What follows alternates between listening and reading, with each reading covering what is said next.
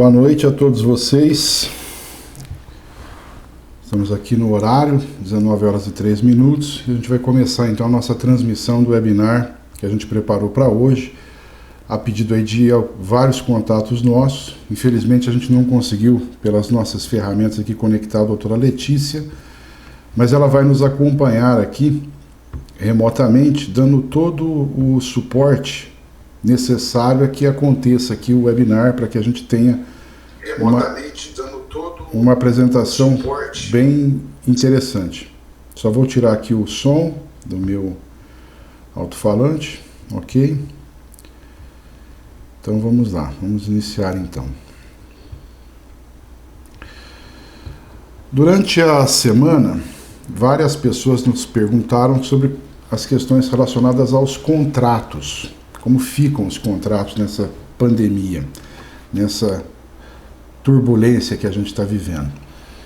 Se a gente tem valores a pagar ou a receber, por exemplo, de aluguéis, se a gente tem contratos contínuos, contratos de manutenção, de prestação de serviço, contratos de financiamento de empresas, por exemplo, capital de giro, desconto de duplicatas, com agora talvez um alto índice de inadimplência, fornecimento de produtos, serviços, como que ficam essas relações? Elas podem ser interrompidas, paradas, suspensas? E a gente preparou aqui, através do REAGE, o movimento que a gente está trabalhando, eu e a doutora Letícia, ela é especialista em contratos, e eu sou consultor e assessor de empresas, eu sou responsável pela sucessão legal, um EAD que tem foco em planejamento sucessório.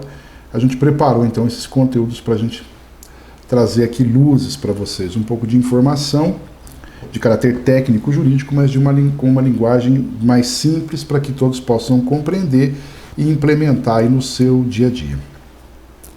A gente percebe que os contratos eles estão aí, eles sofreram interferências por conta do decreto legislativo número 6, que reconheceu o estado de pandemia no nosso país, decorrente aí do coronavírus, do Covid-19. E esses contratos estão sendo interrompidos, suspensos e às vezes unilateralmente. É uma situação até ruim isso, porque os contratos são pelo menos bilaterais, às vezes são plurilaterais, mas pelo menos há duas partes, contratante e contratado, e às vezes há garantidor. Por exemplo, numa locação, tem lá um contrato de fiança dentro do contrato de locação, tem um terceiro ali. E é preciso, então, que a gente trabalhe no sentido de preservar essas relações. Esse é o ponto mais importante que a gente percebe hoje. Essas relações precisam ser mantidas a todo custo. Por que isso? Porque a economia ela vai ser reativada, e sendo reativada é necessário que a gente tenha meios de, economicamente, fazermos com que ela funcione bem novamente. E os contratos são os instrumentos, os documentos ali que facilitam essa convivência e a implementação dos negócios. Se eu interrompo os contratos, depois eu posso ter alguma dificuldade para retomar, por exemplo, um ponto comercial importante, para reaver, por exemplo, valores de fornecimento que eu poderia estar realizando, a perder um cliente ou a perder até um fornecedor. Então a ideia nossa é buscar pelo caminho da negociação, pelo caminho da boa-fé, pelo caminho das boas práticas, a manutenção dessas relações. A gente também percebe que tem aí um projeto de lei rodando no Congresso, de autoria do senador Antônio Anastasia, o projeto 1179. Esse projeto trata aí das relações privadas afetadas pelo estado de pandemia. Ele trata ali de questões relacionadas a cargos, de administradores em sociedades, ele trata de questões relacionadas a mandatos de síndicos em condomínios, em empresas, administradores em empresas, em sociedades, em cooperativas, suspensão de alguns atos e assim vai. Então, é preciso observar isso, que o projeto está em discussão, a qualquer momento ele pode ser votado, pode ser transformado em lei, ele trata inclusive das questões pertinentes às locações, e a gente vai ter que atualizar essa conversa nossa de hoje, lembrando que hoje é 9 de abril de 2020, então pode ser que daqui uma semana a gente tenha que atualizar esse conteúdo e trazer novas informações a vocês. E o que a gente propõe hoje? Que a gente utilize as ferramentas que estão à nossa disposição. Então, se eu tenho um projeto de lei, eu não posso ficar aguardando que ele seja aprovado para só depois tomar uma atitude. Se eu não consigo pagar o aluguel e posso ser despejado, se eu não consigo pagar o meu financiamento bancário e posso ser cobrado, posso ser exigido e até ter um protesto nesse meio tempo. Então, um dos pontos que a gente recomenda, e aí sai até um pouco da área jurídica, isso decorre um pouco da experiência que a gente tem no atendimento de empresas que estiveram ou estão em recuperação judicial, desde lá atrás, quando se falava em concordata preventiva, é a preservação do caixa. Essa colocação ela vale não só para a empresa, mas também para as pessoas físicas, para as pessoas naturais. Eu preciso preservar o caixa no sentido de que eu preciso de manter recursos disponíveis para que eu possa enfrentar as despesas que eu preciso suportar durante esse período. Se eu pagar todas as pessoas, todos os valores que serão cobrados ou que são devidos, possivelmente não vai me sobrar nada para retomar a minha atividade. E aí fica uma situação, mas os recursos são muito escassos, eu não tenho toda a disponibilidade e vou ficar inadimplente. Eu posso ficar inadimplente com uns e com outros não? Aí a gente tem que olhar por critérios. Então o primeiro passo é a gente formular e pegar uma planilha Excel e construir um fluxo de caixa. Então eu vou pegar numa ordem cronológica os valores que eu tenho para receber e os valores que eu tenho para pagar. Quem é assalariado vai ter lá o dia do pagamento, o dia do vale, se vai ter algum benefício decorrente dessa situação que o governo está colocando, se a empresa vai financiar a folha dela, ele vai colocar ali a expectativa que ele tem do recebimento. É uma expectativa mesmo, que pode não acontecer. E vai colocar ali as despesas, condomínio, energia elétrica, telefone, gasolina, a locação e todas as despesas, financiamento do carro, financiamento do imóvel e assim por diante. A empresa já vai ter uma série de obrigações, ela vai ter folha de pagamento, encargos, ela vai ter tributos, ela tem fornecedores, ela tem empréstimos, bancos, então ela vai ter um fluxo de caixa bem mais complexo, bem mais robusto. Então ela monta, né, tanto a pessoa física quanto a jurídica monta isso, é uma forma até simplória da gente tratar, mas é essencial que haja um fluxo de caixa, né, com pelo menos o período aí que a gente está vivenciando da pandemia mais agudo, de 60 dias, né, que é o tempo aí que a gente estima que é o tempo destinado ao isolamento social, pode haver prorrogação disso. Lembrando que o decreto legislativo ele fala que o estado de calamidade ele vai até 31 de dezembro, ele pode ser alterado, pode ser revogado esse decreto, ou, né, trazido para o momento presente. Se acabar a pandemia em algum momento, pode ser descoberta uma vacina ou um medicamento que combata a doença. Mas a ideia básica é essa, se fazer então um fluxo de caixa. Feito um fluxo de caixa, qual é o segundo passo que eu tenho que tomar? Eu preciso buscar, de alguma maneira, preservar todos os pagamentos. Só que eu não tenho recursos para isso. Então eu vou tentar negociar e tratar com os meus credores para que eu utilize menos recursos para pagar esses credores. Então eu vou renegociar os valores dos aluguéis, buscando uma redução. Quando eu sou locatário, quando eu sou locador, eu vou tentar preservar esses aluguéis, porque uma interrupção de uma locação vai trazer uma despesa enorme. Eu posso ter aí imóveis que estão sujeitos ao pagamento de condomínio e de outras despesas, que a retomada pelo proprietário é desastrosa nesse momento, vai piorar o cenário para ele. Então é mais adequado, é conveniente que as partes convencionem uma redução desses valores.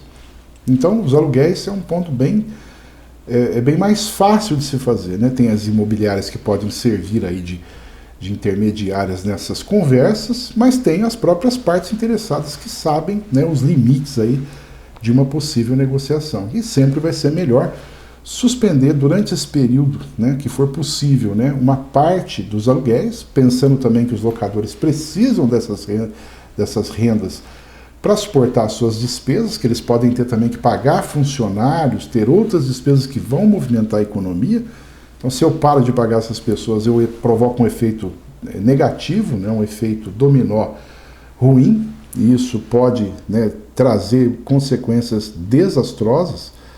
Então, é melhor que eu faça uma redução dentro das minhas possibilidades, né? E eu posso também pensar que é uma redução, não é uma postergação de pagamento. A gente está vendo que as pessoas estão empenhadas não em fazer isso, estão empenhadas em dizer assim, olha, durante esse período eu não vou pagar essa prestação do aluguel, não vou pagar no futuro uma diferença, porque eu não teria o dinheiro para recomeçar, não teria a mesma potência, o mesmo empenho, a economia funcionando a todo vapor. Então é melhor que eu obtenha um desconto agora, um desconto incondicional, e permaneça aí a locação. Então a locação é uma situação bastante mais simples, porque as partes podem se aproximar mais e conversar melhor para atingir um resultado mais eficiente.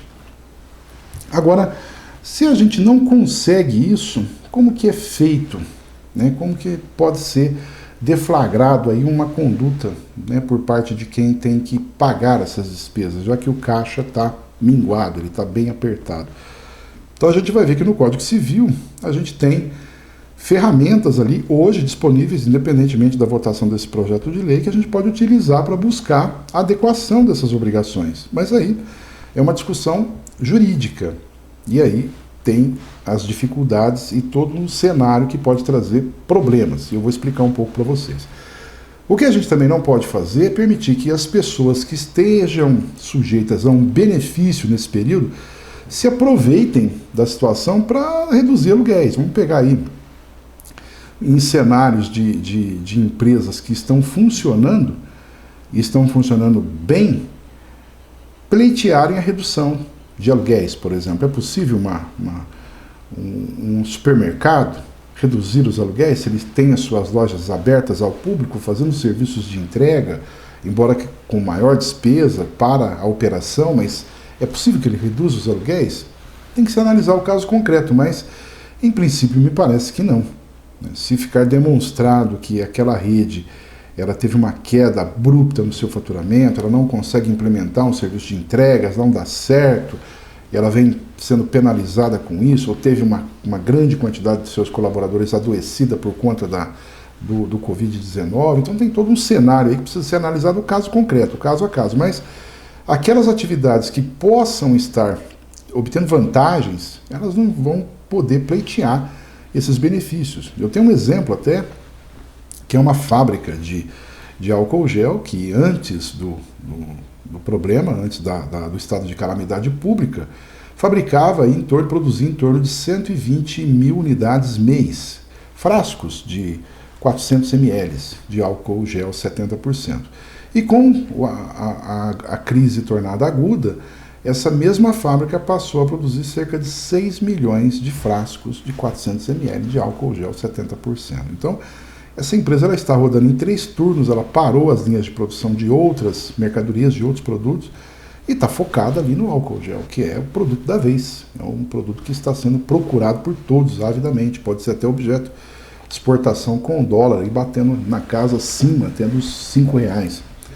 Então, essa empresa, se ela tentar uma redução de aluguel, vai ser uma situação muito injusta até que ela vai estar pleiteando. Então, isso que a gente está colocando. Não podemos permitir que as pessoas se aproveitem, né, de uma situação como essa para obter uma vantagem que para elas não seria cabível.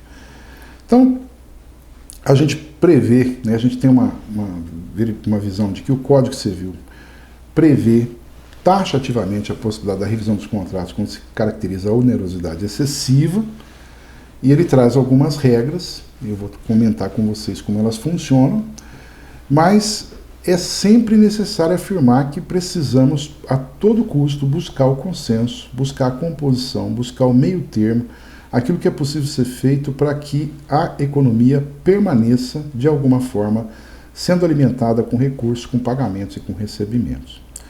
Então, a negociação pode ser com redução de valores, pode ser com postergação de pagamento, prorrogações, suspensão, aí vai do consenso das partes envolvidas. Agora, não sendo possível, como que as pessoas vão buscar aí a solução? Como eu disse, através do Código Civil. O Código Civil ele tem ali uma regulamentação no seu artigo 317 que ele fala da onerosidade excessiva, ele fala da revisão dos contratos por onerosidade excessiva, e é isso que pode estar acontecendo de fato nessas situações, nessas relações jurídicas que foram atingidas de frente aí pelo Covid-19. Então, numa situação como essa, o Código Civil pode ser invocado no seu artigo 317, que fala que, se sobrevier uma desproporção manifesta entre o valor da prestação devida do momento da sua execução, poderá o juiz corrigi-lo a pedido da parte, de modo que assegure, quanto possível, o valor real da prestação. Então vejam que isso pode ser utilizado não só em relação aos contratos de locação, mas a bancos, a contratos de fornecimento, a contratos de prestação de serviço e assim por diante. Então é uma situação bem tranquila que pode ser invocado, e Quando a gente tem a onerosidade acessível, o artigo 478, que é o chamado contrato de execução continuada, é um contrato que ele se repete no tempo, mês a mês, por exemplo, um contrato de prestação de serviço, de consultoria, um contrato, por exemplo, de uma consultoria de uma contabilidade. Inclusive, os serviços de contabilidade estão sendo muito exigidos hoje. Os escritórios de contabilidade estão trabalhando arduamente para cumprir as determinações dos empregadores a partir das medidas provisórias 927, 936 e 944. Então, suspende contrato de trabalho, concede férias, reduz salários, promove a celebração de acordos, manda para sindicato. Então, tudo isso há escritórios de contabilidade e de advocacia que estão sendo muito exigidos nesse momento. Então, seria de uma forma injusta a redução desses contratos. Talvez até a manutenção seja o ponto crucial agora, e com uma revisão posterior lá na frente, se as coisas acalmarem, se a gente chegar num cenário diferente. Então, se a gente tem esses contratos de execução continuada que sofrem um desequilíbrio por conta de um caso fortuito ou motivo de força maior, que é a caracterização do estado de calamidade, ele é um caso fortuito, então pode ser invocada a resolução por onerosidade excessiva. Então a parte pode pedir o encerramento do contrato ou, de acordo com o artigo 480 do Código Civil, se no contrato as obrigações couberem apenas uma das partes, poderá pleitear a sua prestação seja reduzida ou alterado o modo de executá-la a fim de evitar a onerosidade excessiva. Isso aqui é aplicável principalmente nos contratos bancários, em que a pessoa favorecida com a operação de empréstimo, o devedor, ele pode pleitear então que haja uma adequação nesse momento das prestações, ou a suspensão, ou apenas a cobrança dos juros contratuais, convencionais, juros hoje que estão, a gente lembrando que os juros da taxa Selic estão em 3,75 ao ano. Então a gente percebe que já a fixação de juros de 1% ao mês já se mostra uma fixação de juros bastante elevada, que corresponde a 3 vezes, mais de 3 vezes o valor dos juros legais, dos juros devidos nas dívidas da Fazenda Pública. Então, a gente precisa olhar esses aspectos para poder chegar a um bom termo. E, olhando por essa ótica, a gente segue prevendo que, tendo a necessidade de se fazer acordos em todos os níveis, as pessoas podem buscar isso de uma forma mais intensa, mas podem não conseguir. E a gente percebe que algumas pessoas estão fechando os ouvidos aí para propostas, e isso traz um cenário de dificuldade maior. Aí quando a pessoa interessada busca uma solução e não é ouvida, não é admitida a conversa nem inicial, a solução que resta é a busca de uma solução junto ao Poder Judiciário. Então a gente já tem notícias de alguns processos, alguns colegas advogados já compartilharam com a gente soluções buscadas, por exemplo, em contratos de locação em que o locatário, empresas, no caso, buscaram uma redução do valor da locação por conta da paralisação das atividades. Então houve a concessão de liminares aí autorizando um pagamento, tem caso aqui relatado que autoriza o pagamento de 30% do valor do aluguel. E tem caso aqui que está se pleiteando a suspensão dos pagamentos também de cédulas de crédito. Teve o caso de um restaurante aqui que ele buscou essa solução e teve uma liminar deferida. O que é interessante a gente observar é que nesse cenário que a gente está vivendo, algumas instituições elas se destacam. Algumas pela função social que exercem e outras pela iniciativa que tomam. As que exercem função social, a gente destaca aqui o BNDES. O BNDES ele tem no seu portal já uma orientação quanto à suspensão das operações. Então as empresas que contrataram operações de Finame, por exemplo, que é um financiamento para compra de maquinário, desenvolvimento de atividades econômicas, essas operações podem ser requeridas aí a suspensão desses contratos, desses pagamentos.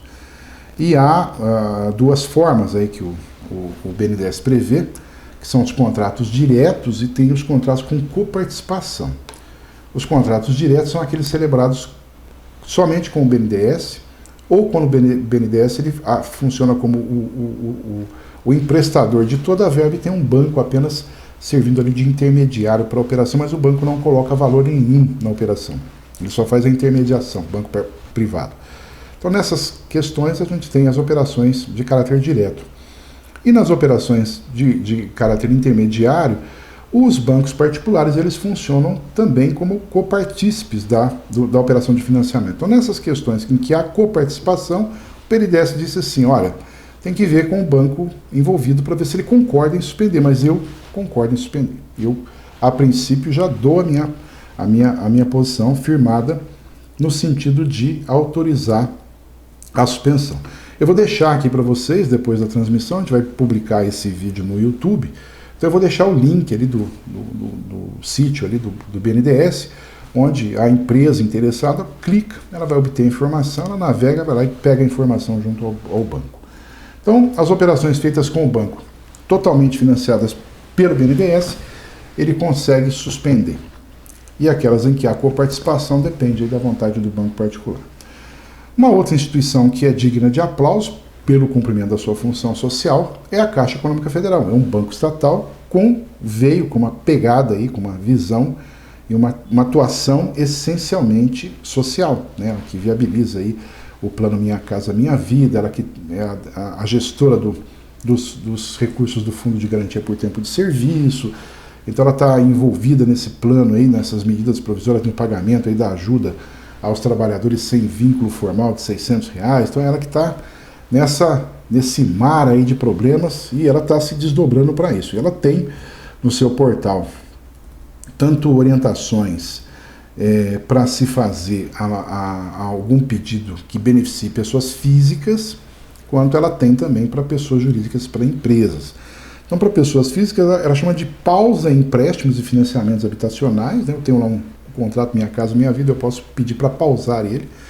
Eu posso ter um crédito consignado, então posso tentar parar isso aí. Tem empréstimos novos, eu posso pedir empréstimos novos para poder rodar a atividade. E a renegociação de dívidas. Posso também, não sei se vocês conhecem, mas a Caixa tem um setor de penhor. Vou lá com joias, com metais preciosos, eu empenho esses metais, esses bens móveis, né, joias normalmente, e a Caixa me empresta um determinado valor. Então esses contratos de penhor, eles podem ser renovados ou até estendidos.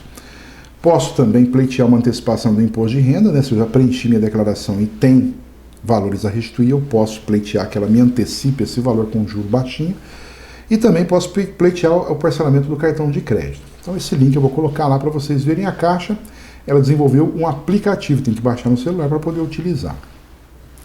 Já para as pessoas jurídicas, a Caixa está fazendo um trabalho que é o financiamento da folha, nos termos da medida provisória 944, que é aquela medida que prevê que a empresa que faturou entre 360 mil e 10 milhões no ano calendário de 2019, ela pode obter até 2 salários mínimos por empregado, com juros de 3,75 ao ano para pagamento em 36 meses com 6 de carência, desde que ela assuma o compromisso de manter os empregos, não demitir ninguém, manter uma estabilidade por 60 dias, durante o tempo aí de necessidade da manutenção desses contratos, que é a folha financiada por 2 meses. Né? Então são 2 meses, 2 salários a cada mês por empregado. Então é uma ajuda bem interessante, subsidiada pelo governo. Na MP 944 está dizendo que o governo banca 85% dos recursos e as instituições particulares 15%. E as instituições particulares elas estão financiando isso, colocando algumas condições. Olha, desde que eu faça o pagamento da sua folha, então eu concedo o financiamento pelos meus meios, faço o agenciamento disso. Então tem que olhar isso com o gerente do seu banco para dar certo. Mas nas pessoas jurídicas também tem financiamento de capital de giro novo ou renegociação dos contratos existentes, pausa nos contratos de financiamento, pausa nos contratos de financiamento dos contratos habitacionais das empresas, lembrando que as empresas que estão construindo unidades habitacionais do Minha Casa Minha Vida estão tomadas de empréstimos junto à Caixa Econômica Federal. Então elas podem pleitear a pausa desses contratos para que elas vençam essa dificuldade. Inclusive é interessante, porque as obras, se elas continuarem, elas movimentam aí recursos, né, mão de obra, né, intensa, né, a construção civil é sempre vista aí como uma das locomotivas aí que impulsionam a a economia, né? Principalmente aqui no estado de São Paulo, né? Mas pelo Brasil afora isso também acontece. A Caixa também está prevendo financiamento de máquinas e equipamentos para quem precisar, de repente tem alguma atividade aí como essa situação que a gente já fez, até um webinar aqui, um vídeo nosso rodando falando sobre o álcool gel, que é uma oportunidade sem igual que está aí para os empresários que quiserem empreender nesse momento difícil, até com financiamentos aí de maquinário pela Caixa Econômica Federal.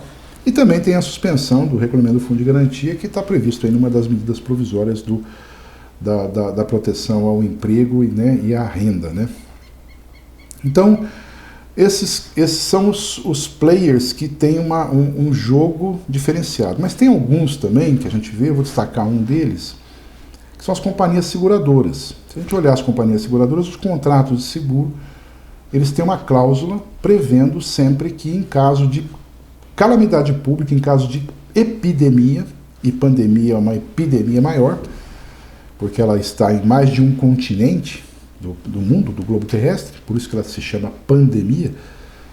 Então, quando acontece isso, as companhias seguradoras se protegem, dizendo que se ocorrer aquele evento, a morte em decorrência daquela epidemia ou daquela pandemia, elas não pagam a indenização cabível. Então, essa é a regra que isenciona as companhias seguradoras neste momento difícil. Então, olha só, se eu contratei um seguro, e um seguro de vida, né, e venha a falecer por conta do coronavírus, a seguradora pode se escusar, não pagar aí a indenização para minha família. Olha só, situação trágica.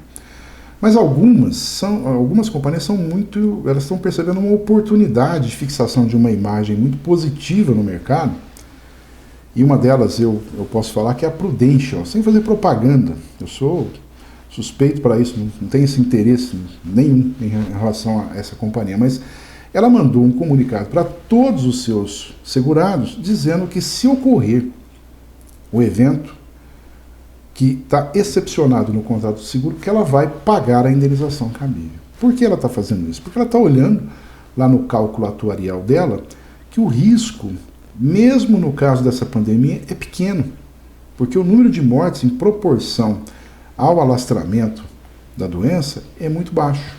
Então as pessoas infectadas podem ter um número grande, mas o número de mortes ele é reduzido e atinge determinadas faixas etárias, pessoas com comorbidades. Então ela olhou e falou, olha, eu posso, né, pagar sem problema, eu não vou ter problemas aqui no meu caixa, eu não vou quebrar por conta disso. Então ela tomou uma atitude louvável e a gente percebe que numa outra ponta tem muita gente aí querendo tirar proveito da situação. E as entidades que mais querem tirar proveito da situação, a gente percebe, são as instituições financeiras. Essas aí são complicadas.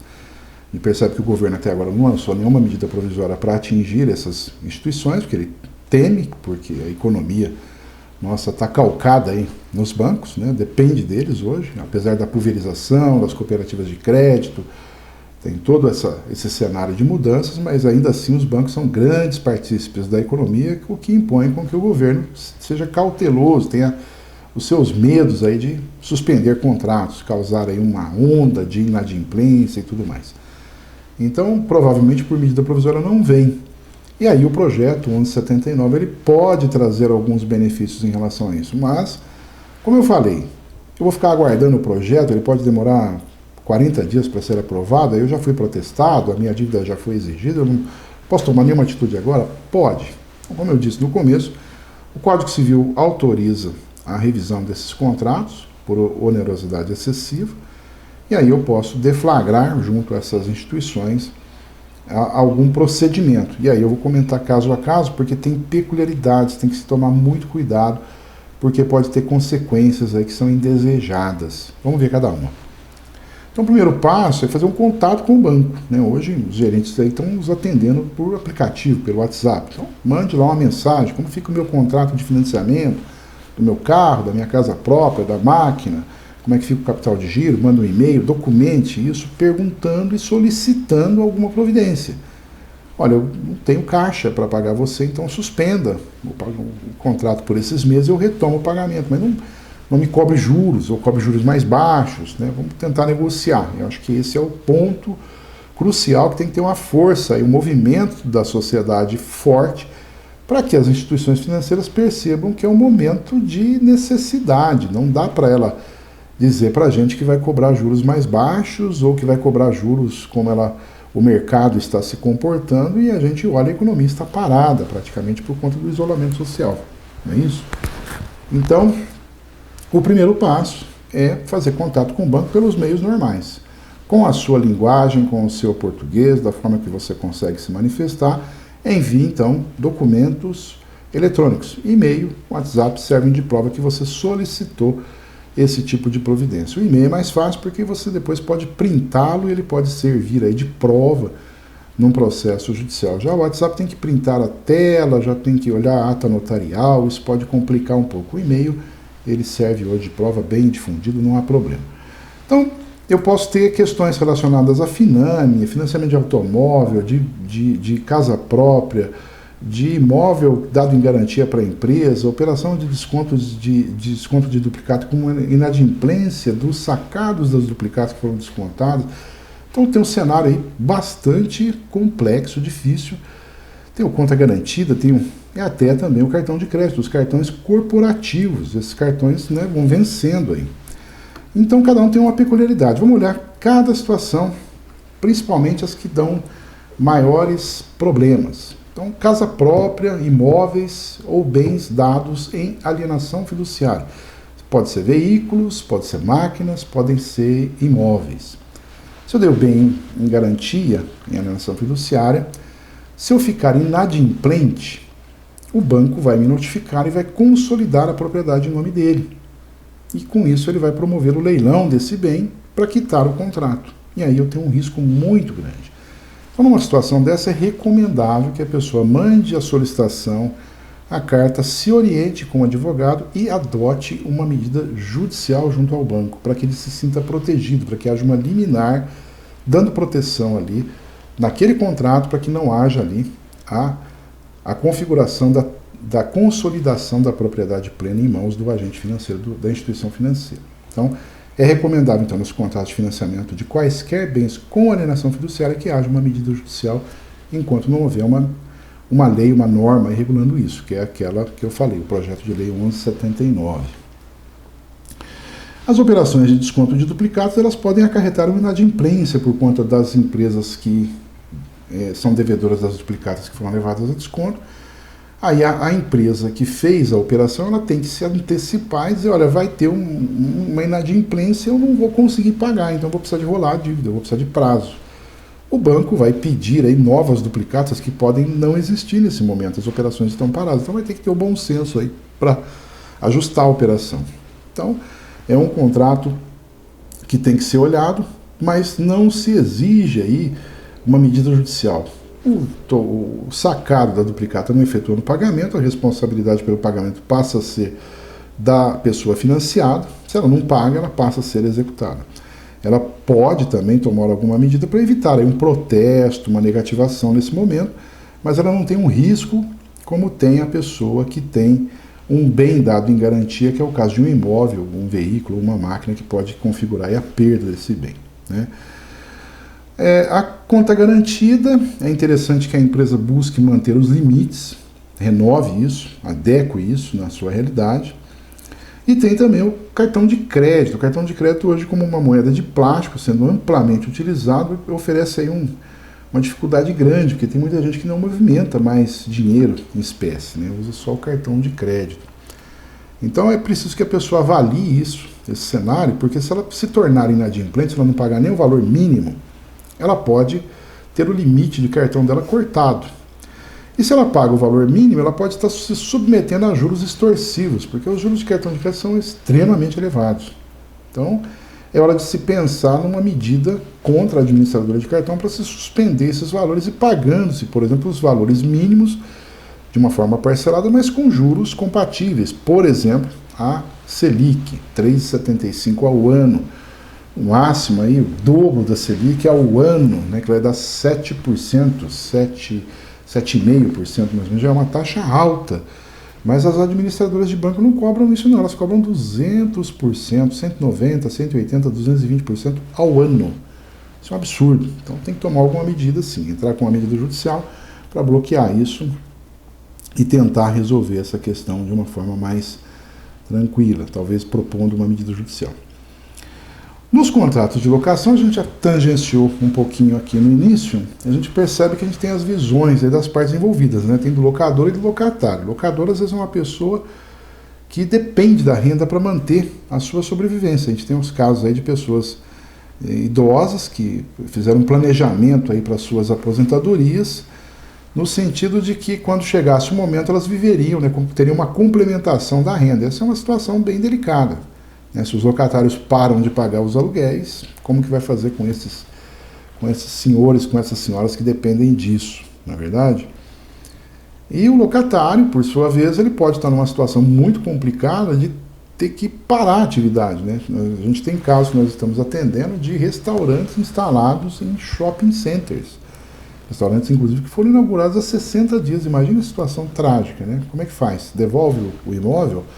Se houver uma boa vontade por conta do shopping e por conta, né, do restaurante, é possível suspender, o shopping está fechado, não teria ali despesas de manutenção, e depois se retomaria a atividade, que provavelmente não vai vir com a mesma força que havia antes, né? A economia vai se restabelecendo aos poucos aí. Então vejam que há um choque aí de interesses de um lado e de outro. Então a ideia é tentar encontrar aí o meio termo, uma via, né, intermediária, que permita às pessoas celebrar um contrato, uma redução imediata, uma redução momentânea por 2, 3 meses, e depois para que elas voltem a um estado aí de normalidade, que a gente não sabe mais o que será normal daqui para frente. E a gente tem, então, esses contratos que são residenciais e não residenciais. Os contratos residenciais todos estão em casa, então já tem uma definição de que não tem inquilino já pleiteando medida no sentido de impedir o despejo. E o projeto de lei 1179 prevê que nesse período não será possível a execução de despejos, principalmente de despejos relacionados à locação residencial, que aí tem a finalidade social do contrato, tem que aguardar um pouco, né? Depois que a economia retomar, aí se tenta trazer um ambiente de normalidade.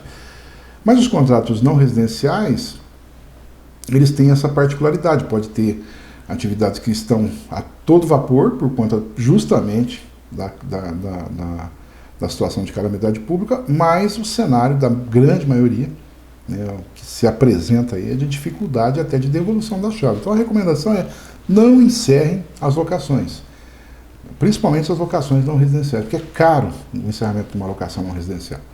E mesmo de uma residencial. Mas a locação não residencial implica, às vezes, na remoção de maquinário pesado, a volta do imóvel ao estado anterior. Isso traz uma dificuldade, às vezes uma reforma, um gasto desnecessário.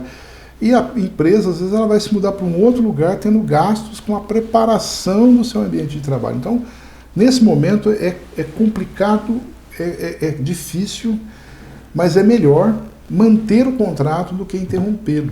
Então é preciso usar aí o bom senso. Agora, o que acontece com os encargos?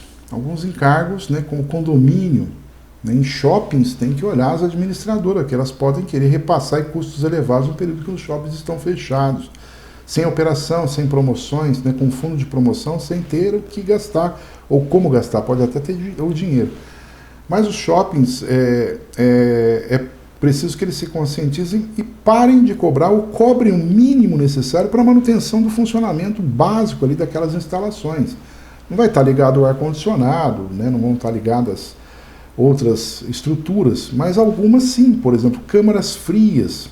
Mas isso quem paga é o usuário, quem tiver ali um supermercado, que tiver uma loja instalada. Tem uma despesa específica, né? Então é preciso rever isso, ajustar para que não se cobre valores, né, que podem ser relegados a um segundo plano, e aquilo permite então que os contratos sejam mantidos. Então o esforço hoje que a gente conclama para que todos tenham em vista é a manutenção desses contratos de locação, tanto com relação aos locatários quanto em relação aos locadores, fazendo aí ajustes, trazendo para um cenário de adequação momentânea, que perdure 60, 90 dias, ou enquanto perdurar aí o estado de calamidade. Tem algumas implicações também com despesas, né, de base. A energia elétrica mesmo é uma. O governo, ele através da medida provisória 950, ele concedeu aí um crédito, um desconto para os usuários de baixa renda, né? Então ele está bancando essas contas. Agora, os usuários de contas que não se enquadram nesse perfil, a ANEEL, ela aprovou aí medidas no sentido de que no dia 24 de março, ela já aprovou, numa reunião extraordinária, medidas para garantir a continuidade do serviço. E uma delas, né, de proteção dos consumidores e funcionários das concessionárias, é que se evite, não se realize nenhum corte de energia elétrica nesse período. Então, é uma atitude louvável e que está aí dentro de um contexto de necessidade de sua implementação.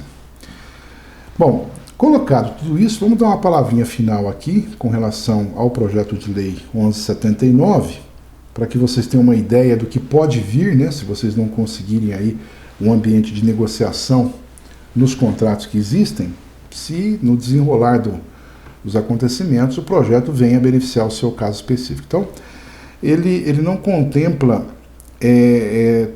todos os casos e não contempla de uma forma definitiva. O projeto de lei 1179, que está sendo conduzido pelo senador Antônio Anastasia, ele está prevendo aí um efeito temporário em relação às normas, em relação às situações de direito privado. Então ele está trazendo um regime jurídico emergencial e transitório por conta do estado de calamidade, que então vai perdurar durante o estado de calamidade. Então ele não é um projeto que vai trazer leis com efeitos permanentes, é só para esse período que a gente está vivendo. Ele já foi aprovado pelo Senado, já foi sabatinado lá, e agora ele foi para a Câmara. E a gente espera que a Câmara dos Deputados, a Câmara Federal, ela aprove isso em regime de urgência, porque é necessário dar uma palavra em relação a isso. Tem muitas questões, por exemplo, com relação a alimentos, com relação à guarda de filhos, são as relações de direito privado.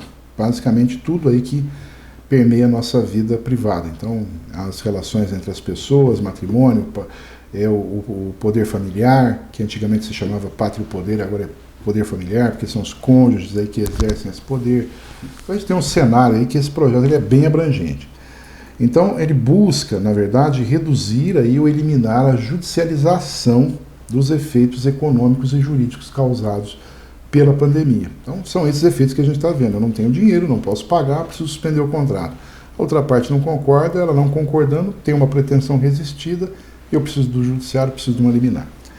Então, uma situação que o projeto prevê é a suspensão dos prazos prescricionais. E tem uma coisa que é uma novidade, que ele suspende também os prazos decadenciais. Eu quero agradecer aqui a doutora Letícia, que está me passando as informações aqui online, apesar dela não estar aqui presente. Muito obrigado aí, Letícia, pelo apoio. Na próxima a gente vai estar com uma ferramenta mais adequada para transmissão simultânea, tá?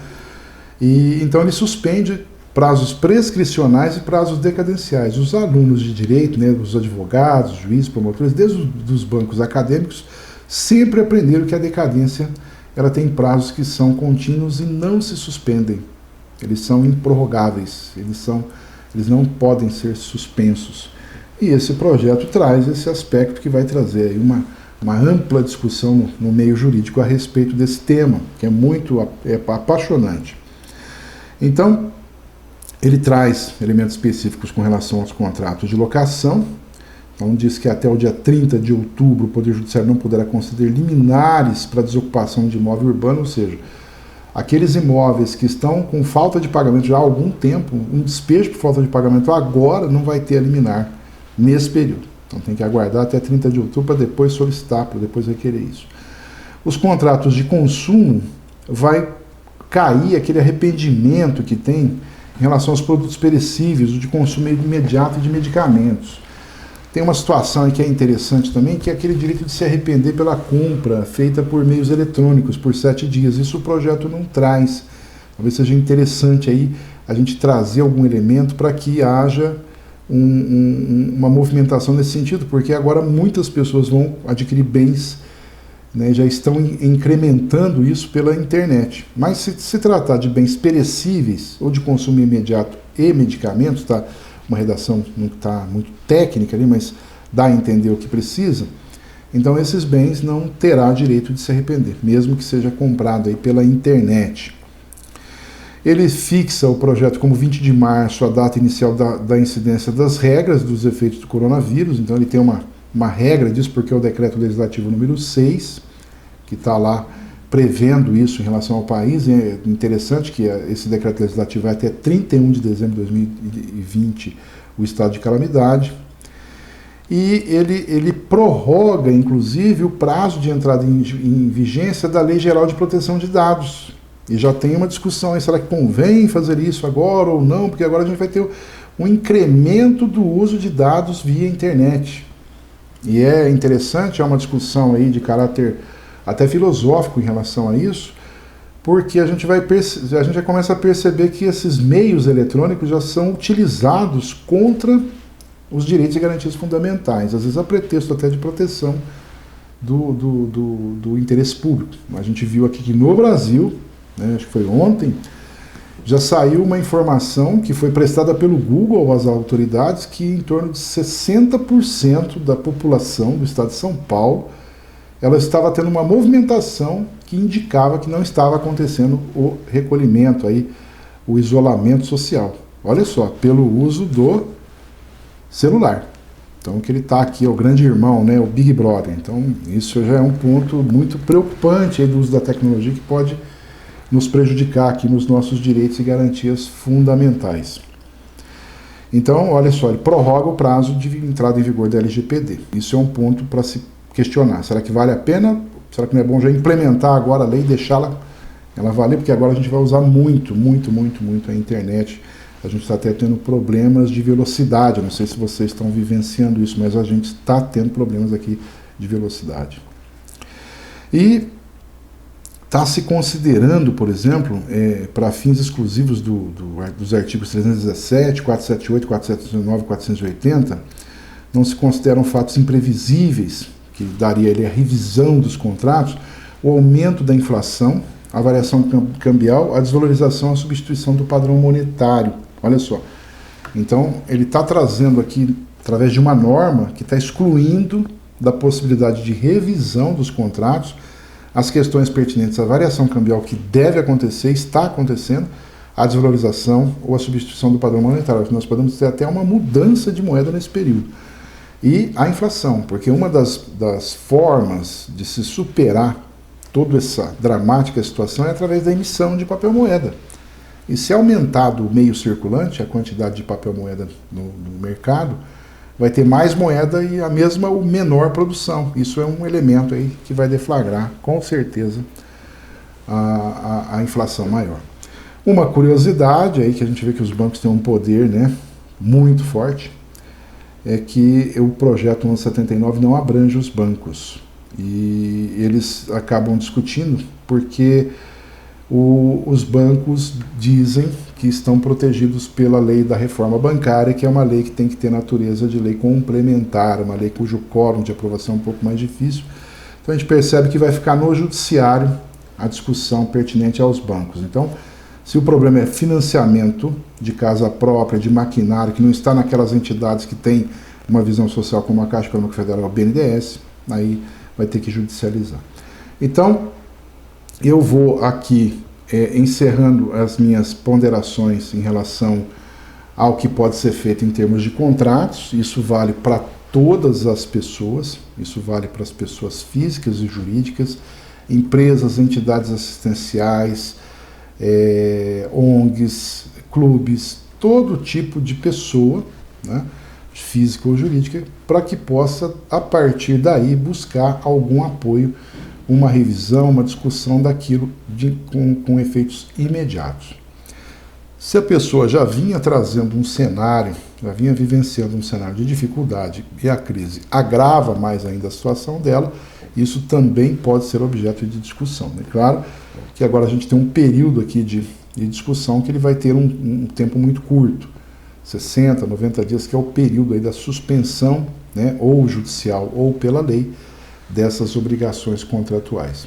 E a gente pede, estimula, a gente fomenta aí que as pessoas busquem a solução para os seus problemas. Não aguardem aí que o Poder Judiciário seja a solução, que o legislador seja a solução, porque nada melhor do que nós mesmos buscarmos resolver os nossos problemas de uma forma autônoma, com manifestação da vontade de forma livre, de forma independente, fazendo com que aquilo seja lei entre as partes. Então, o melhor caminho que a gente está pregando desde o início da pandemia é esse.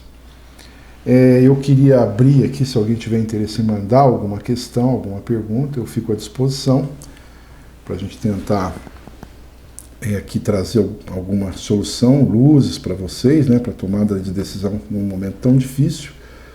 E nós vamos, né, nos próximos dias, havendo, né, provavelmente a aprovação do projeto de lei 1179, nós vamos tratar dele aqui num outro webinar. E nós vamos fazer pelo menos 2 webinários por semana, às terças e quintas-feiras. Então vocês aqui estão nos seguindo aí nas redes sociais, já fiquem com o horário meio reservado aí, né, às 19 horas, que a gente vai passar para vocês informações, né, de caráter assertivo, né, que possam ser implementadas, utilizadas imediatamente na solução dos seus problemas. Então é isso. Eu sou José Rubens Hernandes, advogado, consultor de empresas, idealizador do Sucessão Legal, um EAD com foco em planejamento sucessório, cuja missão agora é a preservação das empresas.